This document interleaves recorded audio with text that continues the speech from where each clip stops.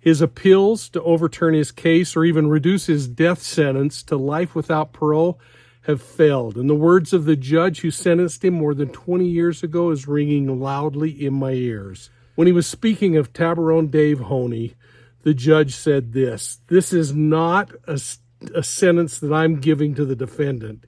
He earned it." If this isn't a death penalty case, I don't know what is.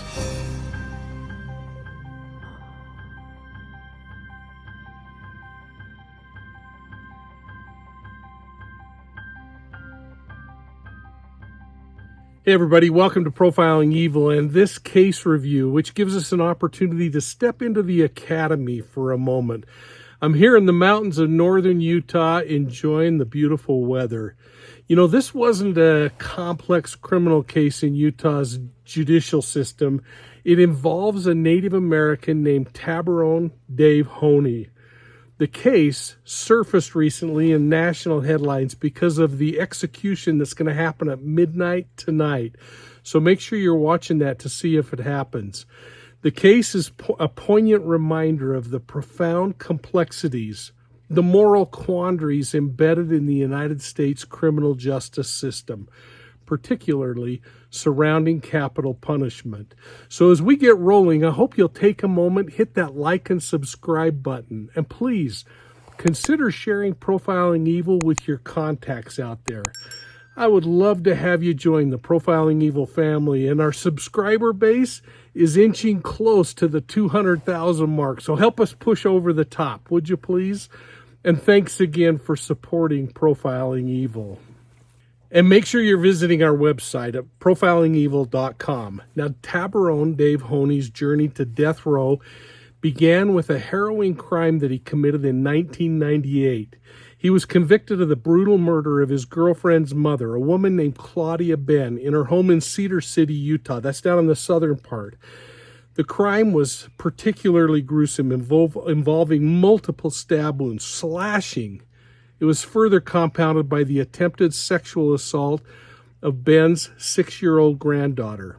Honie, he's a Native American who was 23 years old at the time, and his crime sent shockwaves through the community, culminating in a highly publicized trial that ultimately led to the death sentence. Let me just tell you a little bit about this guy. He was born in 1975, and he's a Native American from the Hopi tribe. And I'm only telling you about his nationality because it actually played into many of the legal maneuverings in this case, namely around the disproportionate rate of incarceration of Native American men. With all appeals exhausted and a judge denying his attorney's final plea to stop the process, death row convict Taberon Honie will be put to death by lethal injection. And while this date was years in the making, let's go back to the beginning on the night of July 9th, 1998. Why should you guys spare me? I took Claudia. I don't have no answer on that one. Court documents say on the night of the murder, Taberon Honie broke into the home of 49-year-old Claudia Benn before slashing her throat and stabbing her. 3 of Benn's grandchildren, including Honie's 2-year-old daughter, were in the home. Police then arrested Honie after he was found covered in blood. Less than a year after the murder, on May 18th, Honie was charged with the death of Benn. 6 days later, Honie is sentenced to death. I'm not trying to say that the crime didn't happen. It did happen.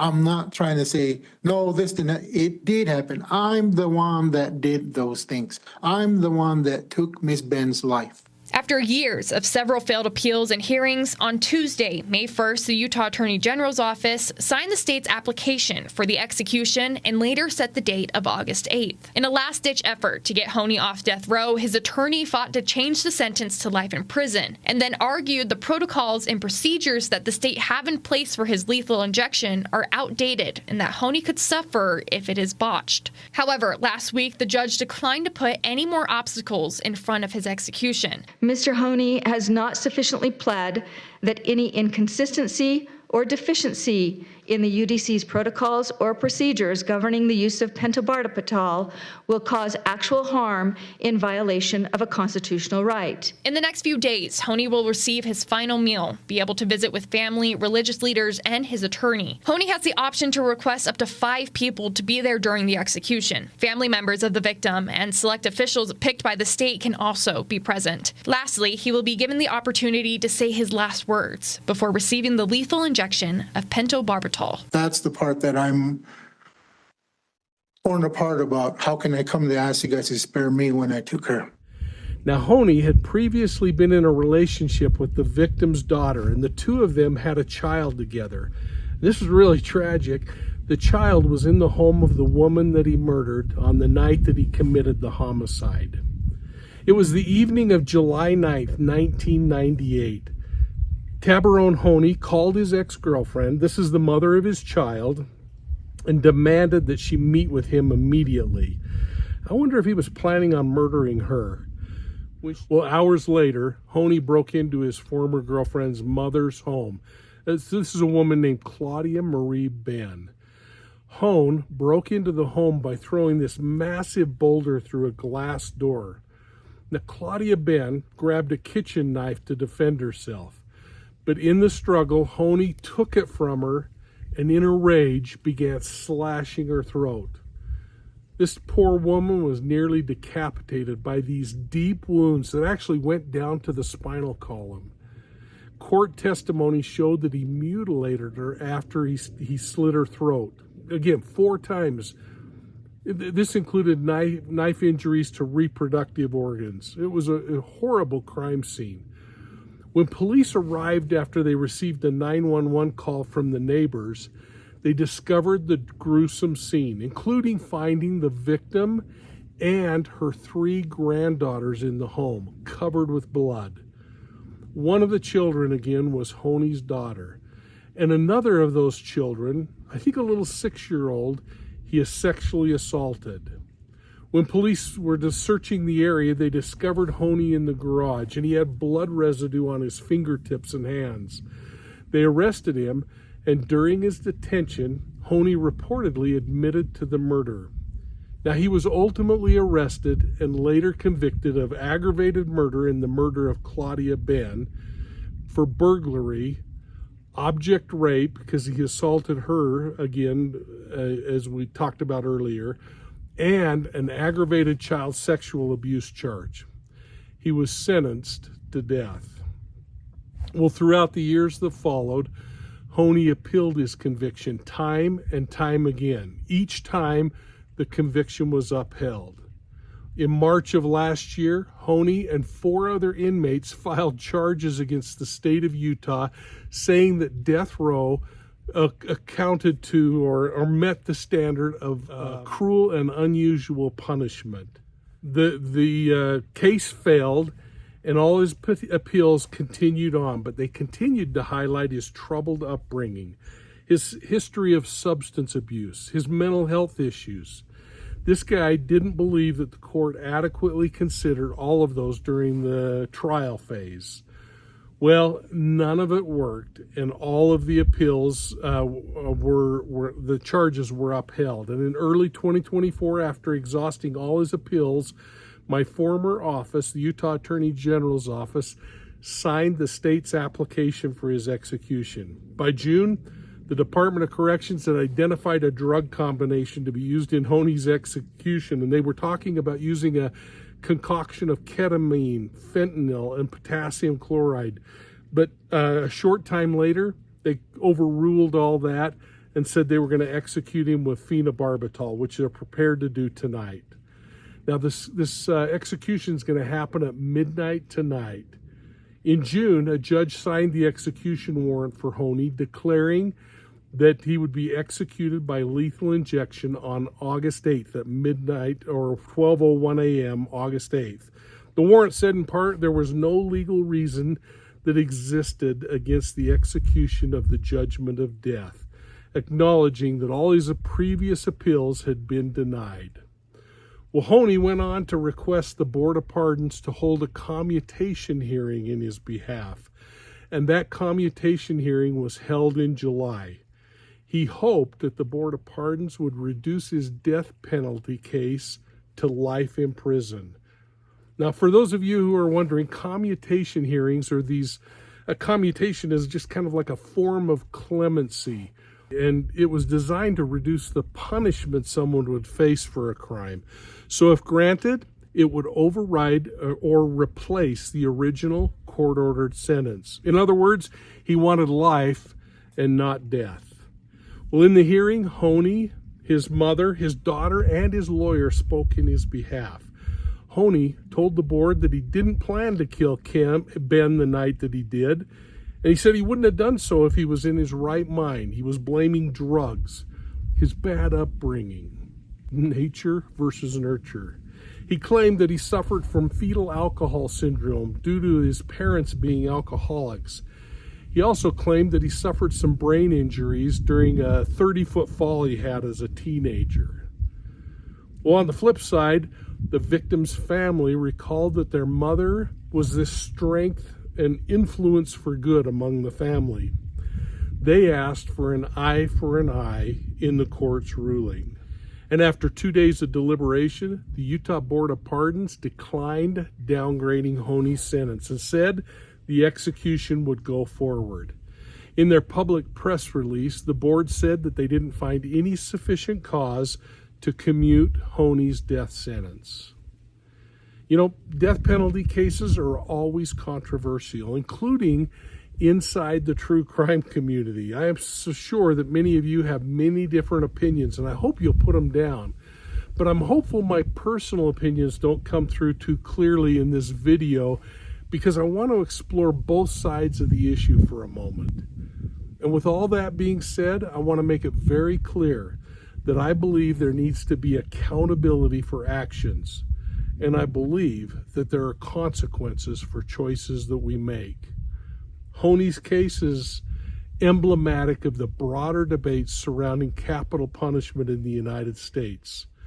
Advocates out there that advocate for execution assert that the severity of his crime warrants the ultimate penalty of death, emphasizing the need for justice for the victim and their family. However, opponents raise several critical points of contention. They argue that Honie's execution would ignore the broader context of his life, a life marked by systematic failures, including a lack of access to mental health care and the impacts of socioeconomic deprivation. Now, as I mentioned earlier, Honie's status as a Native American has introduced these additional layers of controversy. Native American communities have long experienced disproportionate rates or levels of incarceration, harsher sentencing in many cases. There are impressive arguments on both sides of the issue, but critics would argue that executing Honie perpetuates the cycle of systematic injustice while failing to address the underlying issues that contribute to such criminal behavior. Those people supporting executions would suggest that the death penalty is warranted when certain conditions are met, regardless of somebody's upbringing. Some people would argue the morality of capital punishment. Proponents claim that it serves as a deterrent and a form of retribution. But I gotta point out that numerous studies have shown that the death penalty doesn't effectively deter crime any more than life in prison. Now, that doesn't mean this is my opinion on this, folks. I'm just trying to give you the level field here to make some thoughtful discussion and decisions for yourself. But like other death penalty cases across the country, Honie's defense team argued that the criminal justice system flat out failed him, citing his marginalized background. They say he lacked access to mental health services. He lacked good legal representation. That's interesting coming from the attorneys who were representing him. And that he lacked a more robust consideration of all the mitigating circumstances in his life. They felt like the court should have really taken into account more of his background in life. The defense, And those who argue against the death penalty would also highlight the need for broader societal efforts to address the root causes of crime. They want things like substance abuse, mental health issues, socioeconomic disadvantages to all be taken into account in these kinds of cases. Well, hey everybody, I want to pause for a moment because I've received a couple of questions regarding the fact that we're doing fewer lives on Profiling Evil than we used to do. I'm spending more time cutting videos like this one and just getting them out so that you can watch them at your convenience. Now that's cut into things like our super chats and questions from each of you. So if you have a question, just send me an email to profilingeval@gmail.com and I'll try to answer it. Sometimes I'll even put it in videos like this one. And just keep in mind that you can always donate to Profiling Evil by visiting our website at profilingeval.com or scanning this cool QR code on the screen. And don't forget about our Profiling Evil books. You can get a signed hardbound copy of my latest book, She Knew No Fear, by ordering through the website profilingeval.com. She Knew No Fear is about the 1891 murder of my great-great-grandmother, and it chronicles my investigation into solving her murder 130 years later. I think you'd enjoy the book, so please check that out. But let's get back to our discussion on the death penalty. The role of a failed support system and drug abuse is equally crucial in these kinds of cases. Many individuals on death row have histories of trauma, poverty, inadequate education, and the lack of access to health care, including mental health services. Now, these systematic failures often contribute to criminal behavior. But I guess my question always is, should they be the ticket to avoiding the consequences of committing crimes? Murder in this case, and the aggravated sexual assault of a child. This argument touches on the foundational principles of justice and accountability within the criminal justice system. So as I wrap up this discussion that we're having, I think it's essential to address several points carefully, considering both the need for justice and the broader societal and ethical implications out there. So first, let's talk a little bit about accountability and justice. I believe that holding convicted killers accountable is the cornerstone of the criminal justice system. It's the primary purpose of the criminal justice system, and the primary purpose is to maintain social order by ensuring that those people who violate the law and hurt other people face appropriate consequences. It serves several functions like deterrence. We've learned that by punishing offenders, the system aims to deter other people from committing similar crimes. You may argue that, and I hope on each of these points you'll put some comments down below and talk back and forth with each other. I'll be reading them and I'll be responding to some of them. Number 2, retribution. Ensuring that perpetrators receive punishment proportionate to their crime satisfies societal needs for justice. Number 3, protection. We've got to remove dangerous individuals from society. That's what protects other people from potential harm. It's a mandatory piece of the criminal justice system. We hear all kinds of stories of people that are released too soon from prison and go back and reoffend. Number 4, rehabilitation. Though more relevant in non-capital cases, the justice system should also aim to rehabilitate offenders and get them back into society in a productive manner. The next area I want to talk about is balance accountability with fairness. Now, accountability is crucial. Fairness and justice requires that the punishment not only fit the crime, but also the circumstances surrounding it. This is where factors like mental health, a person's upbringing, substance abuse all come into play. These factors don't absolve individuals from responsibility, but they do provide some context that can inform and maybe provide more nuance toward judgments about what's appropriate in the punishment. When dealing with mental health, severe mental illness can impair an individual's ability to understand their actions and control their behavior. The justice system recognizes this and differentiates between those who are fully culpable and those whose mental state significantly diminishes their responsibility. The U.S. Supreme Court has ruled that executing individuals with severe intellectual disabilities is unconstitutional. It's not the case in this particular situation we're talking about. Failed support systems and upbringing, nature versus nurture.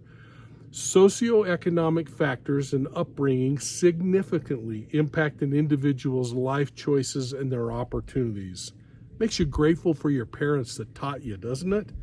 While these factors don't excuse criminal behavior, they highlight systematic issues that contribute to crime. Addressing these systematic failures is essential for preventing crime and ensuring that justice is not only punitive, but also corrective. You got to consider drug abuse. Addiction is a complex disease that can severely impair judgment and self-control. When we recognize this, and we should, many legal systems will offer rehabilitation programs as part of sentencing, acknowledging that treating the root cause of the criminal behavior could be more effective than solely punishing individuals. It's all requiring a balanced approach. You know, a fair criminal justice system's got to strike a balance between holding people accountable and acknowledging the broader context of their actions. So with that, I want to just put out a couple of considerations for maintaining this balance that we're trying to maintain here. Number one, proportionality. Punishments must be proportionate to the crime, and it's got to consider mitigating factors. And a death penalty in a murder case might be very proportionate. I'm going to let you decide. And you can guess what my thoughts are on it. Prevention and rehabilitation, addressing the root cause of crime, such as things like mental illness issues and substance abuse, can help reduce recidivism, the returning to crime, and it might create a safer society. Consistency. Let's talk about that for a minute. The system should apply laws consistently, ensuring that similar crimes receive similar punishments while allowing for discretion based on individual circumstances. And this takes me right back to the idea that should a Native American be treated differently than an African American, a white American, a Hispanic or Latino American, or any other classification. What are your thoughts on that? While it's imperative to hold convicted criminals, killers in this case, accountable for actions, a just criminal system's got to also consider the broader context of things in each case. They got to recognize the impact that mental health, upbringing, substance abuse, all of those things might have without excusing the crime itself. And by balancing accountability with fairness, the justice system can not only punish offenders, but also work toward reducing crime and rehabilitating individuals, ultimately leading toward a more just and maybe a more equitable society. I'd really like to know your thoughts on this one, folks. I hope that you'll enter your comments down below, and I hope that you'll take time to read each other's comments and respond to them. Be constructive and be professional, all the while maintaining a kind, conversational tone. Remember that you can find Profiling Evil on Facebook, Instagram, YouTube, and Twitter. And don't forget to check out Profiling Evil podcasts on your favorite podcast platform. I don't know if you're aware, but more than 2,000 of you are downloading our podcasts each and every week, and we're always adding new content. Hey, and make sure you're checking out profilingevil.com and our incredible story maps. And while you're perusing the site, check out the new Missing Persons and Unsolved Homicides crowdsource map. It's a place where you can go in and enter cases for our consideration to be put onto the map. It's a way that you can learn about cases in your community and add cases that aren't showing up on our site. We have more than 27,000 cases on the site right now. While you're there, make sure you sign up for the BOLO, our digital newsletter. The only way you're going to get the digital newsletter, BOLO, is by signing up. And I promise, I'm never going to share your information with anybody else, ever. Hey, from the mountains of Utah, thanks so much for supporting Profiling Evil. We'll see you soon at the next crime scene.